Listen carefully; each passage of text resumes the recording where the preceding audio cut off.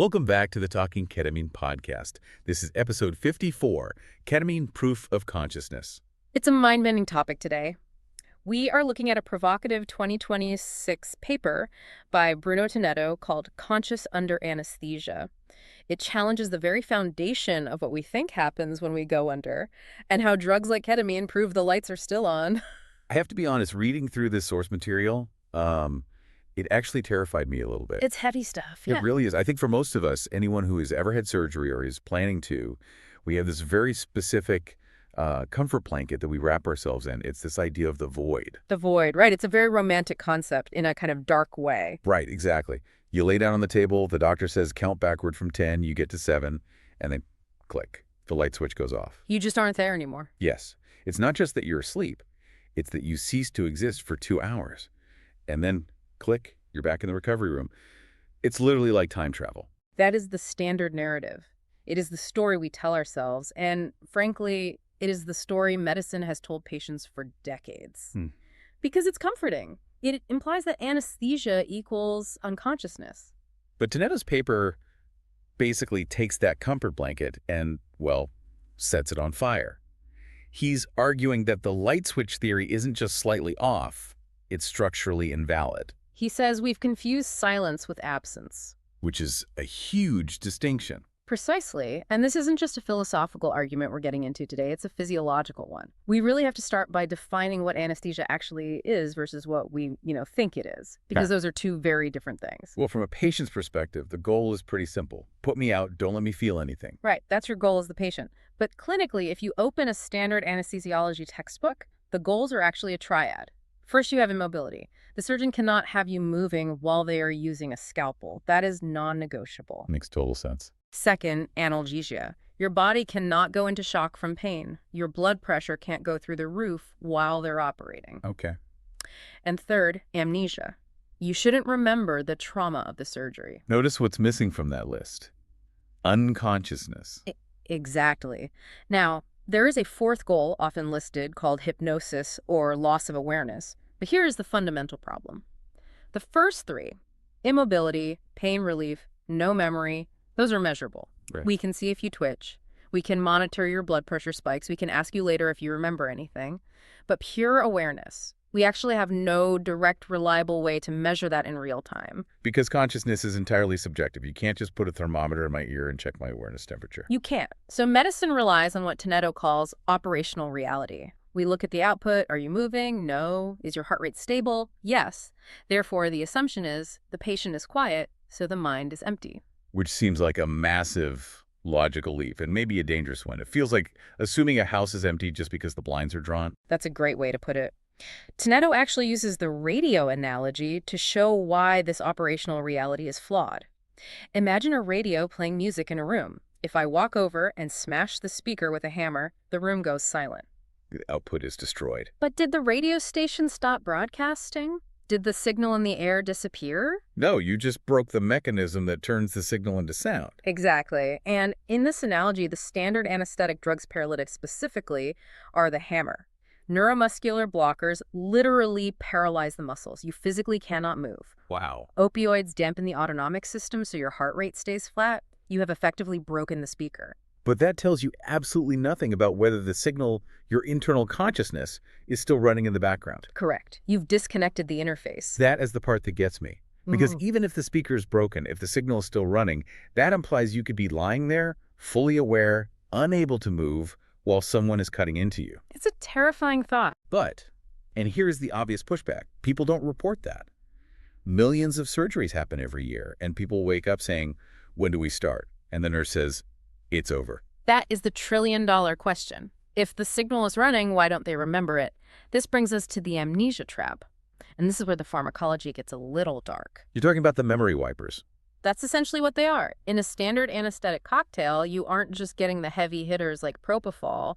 You are almost always getting a premedication, usually a benzodiazepine like Midazolam. Which is technically an anti-anxiety med, right? Right. I've had friends get that for minor procedures like dental work. They say it makes them feel like they've had 3 martinis. It does do that. Yep. But in the context of general anesthesia, its primary utility is anterograde amnesia.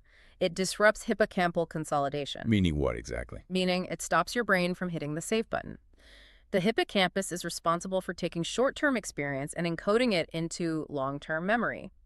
Midazolam effectively pauses that entire process. So it doesn't stop the experience from happening. It just deletes the file immediately after. That is the smoking gun argument Tonetto makes. If general anesthesia truly reliably shut down the brain's ability to generate experience, if it really turned off the computer, why would we need to add specific drugs just to destroy memory formation? That is a damning question. Mm-hmm. If the computer is off, you don't need to wipe the hard drive. Precisely. The inclusion of these amnestic agents is a tacit admission by the medical community that experience might be happening, and we just need to ensure you don't bring it back with you. It creates this terrifying category of experiencing but forgetting.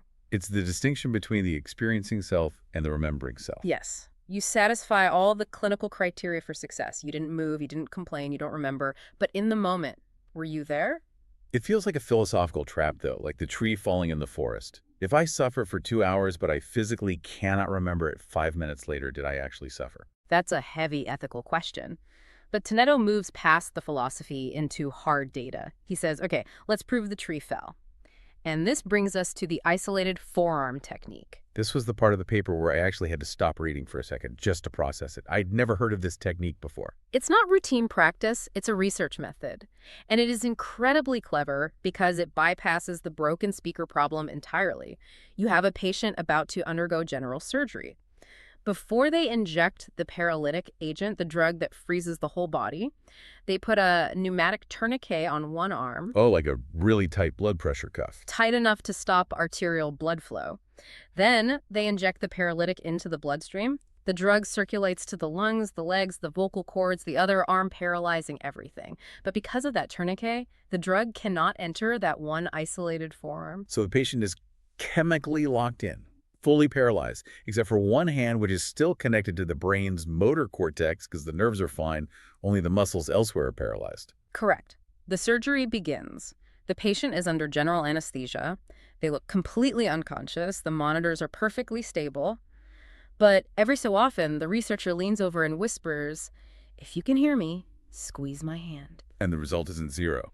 It is definitely not zero. Depending on the study, and there are several noted in the paper, anywhere from 5 to a shocking 33% in some cohorts will squeeze the hand. Wait, up to a third? It averages around 5 to 15% in the larger, more robust studies, but yes. And they aren't just randomly twitching. That's the important distinction.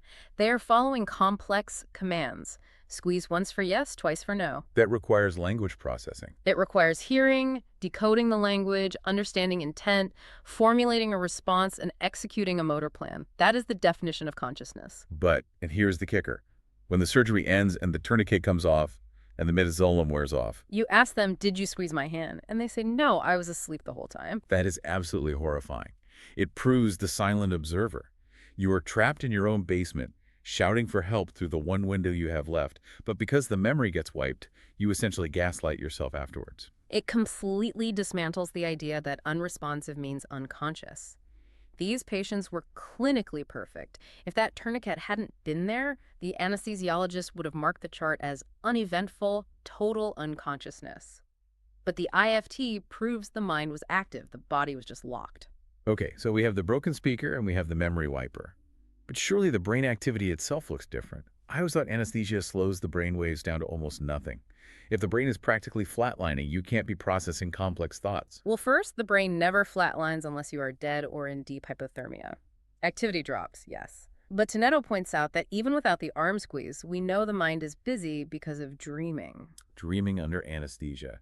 I thought dreaming only happened in REM sleep. Not at all. With propofol, the milk of amnesia, which is the most common induction, agent studies show up to 60% of patients report dreaming if you ask them immediately upon waking before the memory fades. That is a majority. Yeah. That's not an anomaly. And these aren't just random neural static or flashes of light. They are structured narrative dreams. I was at a picnic. I was arguing with my boss. That requires a massive amount of cortical integration. A brain that is off cannot construct a narrative. It really forces us to confront those rare nightmare cases. anesthesia awareness, the 1 or 2 per 1,000 where the memory wipe fails. Right, and 0.1% sounds rare until you realize there are hundreds of millions of surgeries a year. That's thousands of people waking up paralyzed in pain hearing the surgeons talk about their golf game. And usually the monitors show absolutely nothing wrong. The operational reality fails, the silence of the body hides the panic of the mind. So up to this point, we've established that standard anesthesia, the propofol and gas approach, might just be a chemical straitjacket paired with a memory eraser. But the title of this episode is Ketamine Proof of Consciousness. We haven't even touched on ketamine yet. This is where the argument pivots from scary medical facts to a deep understanding of consciousness itself. This is the ketamine paradox. Because ketamine is an anesthetic. It's on the WHO list of essential medicines. It's used in ERs, war zones, veterinary medicine. It is a phenomenal anesthetic. It provides profound analgesia, pain relief, and immobility. By all medical standards, the patient is out. But anyone who has used ketamine, either therapeutically or recreationally, knows that out is completely the wrong word. Out is factually incorrect. Subjectively, a patient on an anesthetic dose of ketamine might be having the most vivid, intense, complex experience of their entire life. The K-hole. Right. Or what Tonetto calls the ketamine inversion. Externally, there is silence, a flat face, no movement. Internally, they are traversing galaxies, meeting machine elves, experiencing ego death, seeing colors that don't exist. The brain isn't off, it is hyperactive. So follow the logic here.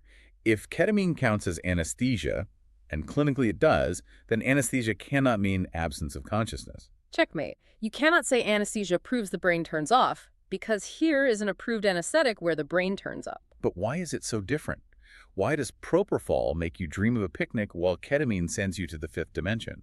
It comes down to the mechanism. Standard anesthetics like propofol largely work on the GABA system. GABA is the inhibitory neurotransmitter, right? It tells neurons to quiet down. Exactly. It inhibits neurons, slowing things down. It turns the volume down on the whole system. That's why you get that drowsy blackout feeling. But ketamine is different. It is an NMDA receptor antagonist. In English. It blocks the communication lines between the sensory systems and the cortex. It disrupts the integration of information. It doesn't turn the brain off. It just unplugs the inputs.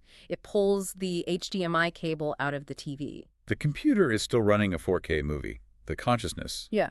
But the screen, the body, is blank. Precisely. And because the brain is no longer receiving data from the eyes, ears, and nerves, it starts generating its own reality. That's the hallucination. That's the trip. And this brings us to the deeper aha moment of Tonetto's paper. He uses this comparison to propose a fundamental shift in how we view the brain itself. He contrasts the production model with the constraint model. This is the heavy lifting of the paper. The production model is the standard view in modern neuroscience. Which is? The production model says the brain generates consciousness the way a turbine generates electricity. If you slow down the turbine, say add propofol, the light should dim or go out. Consciousness is a byproduct of neural activity. Which makes sense intuitively. If I smash the engine, the car stops running. But the evidence we just discussed doesn't fit that model. With propofol, brain activity drops, yet 15% of people can communicate via hand squeezes. With ketamine, brain activity shifts into high-frequency gamma oscillations, and consciousness expands into these wild, mystical states. So the production model has holes in it. If the turbine is slowing down with propofol, why is there still a light on? And with ketamine, why is the light blindingly bright? Exactly. So Tonetto suggests the constraint model, or the filter theory. This is an old idea, going back to William James and Aldous Huxley, but now we have the pharmacology to actually back it up. Imagine the brain isn't making the signal. Imagine it's tuning it. The receiver, or a limiter. A reducing valve. The brain filters reality down so you can survive. So you see the tiger in the bushes, not the mathematical structure of the cosmos. It constrains consciousness into a useful, linear narrative. So normally, my brain says, focus on driving the car. Focus on paying taxes. Right. And anesthesia messes with the filter. How so? Standard anesthesia might turn the sensory input knob to 0, so you don't feel the knife, and it turns the memory recording knob to 0. But the experiencer, the consciousness itself, is still there, buzzing in the background. And ketamine. Ketamine breaks the filter entirely. By blocking the sensory input so completely, the experiencer is unmoored. It's no longer constrained by the body or the room or linear time. It expands. It goes broad. That is actually kind of beautiful and also terrifying. It implies that I am not my body's responses. It suggests that the self is far more resilient than we give it credit for. We think we can snuff it out with a syringe, but the evidence shows it persists. It hangs on, it watches from the dark. So what do we do with this information? Because frankly, if I need an appendectomy tomorrow, I still want the anesthesia. I don't want to feel it. Absolutely, and Tonetto is very clear about this in the conclusion. Anesthesia is a medical miracle. It prevents unimaginable suffering. It allows life-saving procedures. The goal here isn't to say anesthesia doesn't work. It works perfectly for what it's supposed to do, which is keep you still and pain-free. But we need to be honest about what success actually means. Yes, we need to stop equating clinical success, a quiet patient, with metaphysical proof that there is no consciousness. We shouldn't lie to ourselves that the radio station is off just because we can't hear the music. Precisely. And practically, this might mean we need better monitoring in the OR. We rely way too much on heart rate and movement. We need more widespread use of EEG monitors, looking at the brainwaves themselves, to ensure the patient isn't just paralyzed, but actually sedated to the point where the filter is sufficiently dampened. It's a call for humility, really. We think we have mastered the brain, but we've really just figured out how to pause the recording tape. And that is a huge difference. It leaves a door open for the mystery of what we actually are. It means that when we look at a patient on the operating table, we shouldn't see an object. We should see a person who might still be in there listening, dreaming, or traveling somewhere we can't see. And it really makes you wonder, as you go about your day-to-day, what else your brain is filtering out just to keep you focused on the mundane. If consciousness is this vast signal, and we are usually just dialed into one tiny frequency, what happens when we finally learn to tune the dial ourselves? That is the ultimate frontier. It really makes you rethink what it means to be awake. Just because we can't move or remember doesn't mean the lights are actually off. Exactly. Tonetto's paper reminds us that human consciousness is far more resilient and mysterious than just a mechanical byproduct of brain activity. A wild thought to end on. Thanks for listening to the Talking Ketamine podcast. We'll catch you on the next one.